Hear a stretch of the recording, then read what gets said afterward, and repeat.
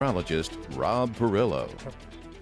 Welcome back. Well, we are looking at Hurricane Delta. It's a major storm now, and it is heading this way as we head to about this time tomorrow evening. So be ready for a big one, and this is going to be a big one.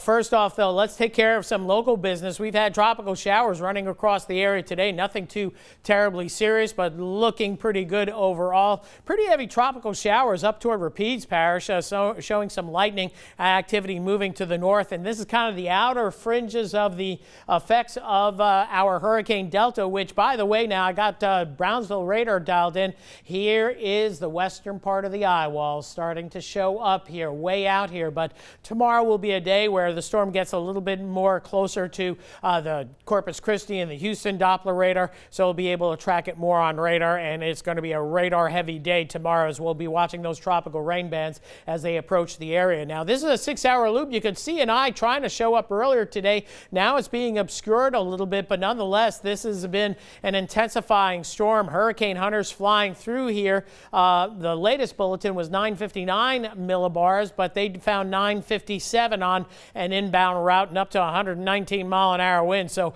pretty strong hurricane here, but that was at flight level. That doesn't translate down to the ground, but nonetheless, we have a 115-mile-per-hour storm now, so it's officially back up to a Category 3, moving to the northwest at 12, so it's slowed down a little bit, and that may delay the onset of what we're expecting here in Acadiana. We'll talk more about that in just a bit. Storm track still pretty much dialed directly into southwest Louisiana and Acadiana, at least as a Category 3 through tomorrow afternoon, and then it is expected to weaken a little bit, but it's not going to be appreciable, so we're going to be looking at a strong Cat 2 that's going to be coming in and doing hurricane force damage, more than likely in the size of this cone area, maybe even more off to the east and more than likely to the west as well. And we'll get to the specifics in just a bit. And for your edification, you can see the track of Hurricane Laura, what it took 6 weeks ago, and got a feel for our friends in Calcasieu, Jeff Davis, Jeff Davis Parish, Cameron Parish,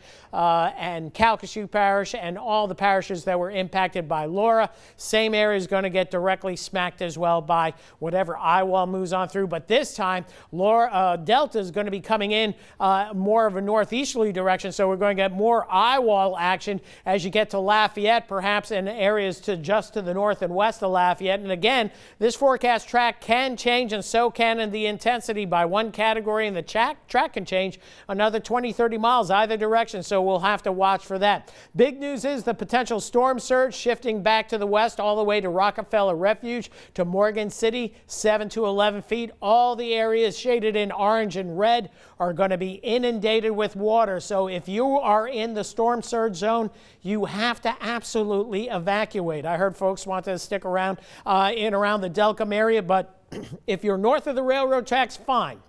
If you're south of the railroad tracks, you're going to have Gulf of Mexico water coming in. That is just the plain honest truth with this storm system. It's going to be a large one, large wind field, so it's going to be building up 30, 40-foot seas out here in the Gulf of Mexico, and that's going to be getting pile driven into the coast, more so than what we saw with Hurricane Laura. It was a different angle. This one coming in, pardon me, from an angle more from the south and southwest, so that's going to build up the surge. So here we have those tropical rain bands coming in as we head into Friday afternoon, and this is what is going to produce the damaging winds. Isolated tornadoes, yep, but the damaging winds with the squalls does 99% of the damage. There'll be a few tornadoes. There's always a guarantee there's going to be tornadoes, but all the damage is going to be done with these tropical squalls and maybe gustnadoes within these squalls, so that is the major concern. Again, the graph model bringing this right in sync with the National Hurricane Center forecast, and you can see these strong rain bands right here that go through even St. Mary and Iberia Parish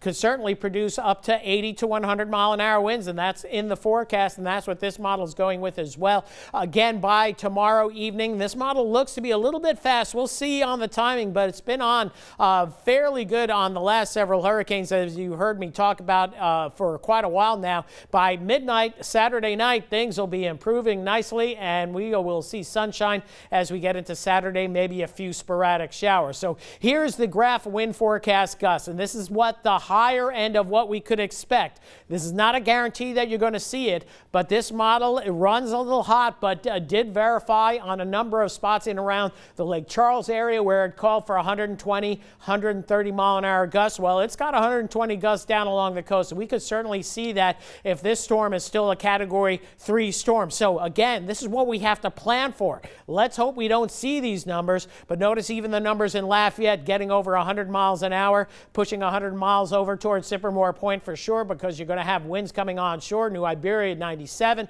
But again, don't pay attention to the exact numbers or the time. This just gives you an idea. The area in white, 100 mile an hour wind gusts possible, and back through Lake Charles as well. Oh my goodness, this is going to be rough for them as well. Center of the storm perhaps going over Eunice. We'll have to wait and see. Ville Platte, and you can see still gusts 80, 90 into tomorrow night, 9, 10 o'clock at night. And then finally, the storm should weaken pretty quickly as it moves inland, but it takes a lot to just for a Category 3 to diminish, and it's not going to diminish here. That's going to happen somewhere in northeast Louisiana and going into Mississippi as well. Now, based on those winds and expected winds, even if they're 20 or 30% lower than what we showed you just there, we're going to have power outages in the red. This is where your power is going to go out going into tomorrow evening, so keep that in mind. Widespread power outages, an excellent bet with this storm. So let's take a look at the rainfall. Biggest, heaviest rains, western, southwestern Louisiana will continue to say 4 to 8, but isolated amounts up to a foot. And interestingly enough, the models have been weighted on the western and northern part of this storm where the heaviest rains are going to be. So that's where the flooding is going to be. So we got the big surge coming in, the rainfall threat, sustained winds 40 to 60 for everyone, gusts to 80 to 100, and that's going to be a 6 to 8 hour window tomorrow evening into tomorrow night, and widespread power outages. What does that mean for me? Well, the storm surge penetrating up to 14 and 90. We talked about that earlier. Street flooding with the heavy rainfall. That's going to make it tough to see ditches and debris on the roadway. Some risks to homes and businesses. Roof damage with the wind. Shingles, corners, cornices, chimneys, all going to be damaged. Metal buildings, awnings, porch coverings could be destroyed or blown away. And do not stay in a mobile home. Seek more substantial shelter and get an interior,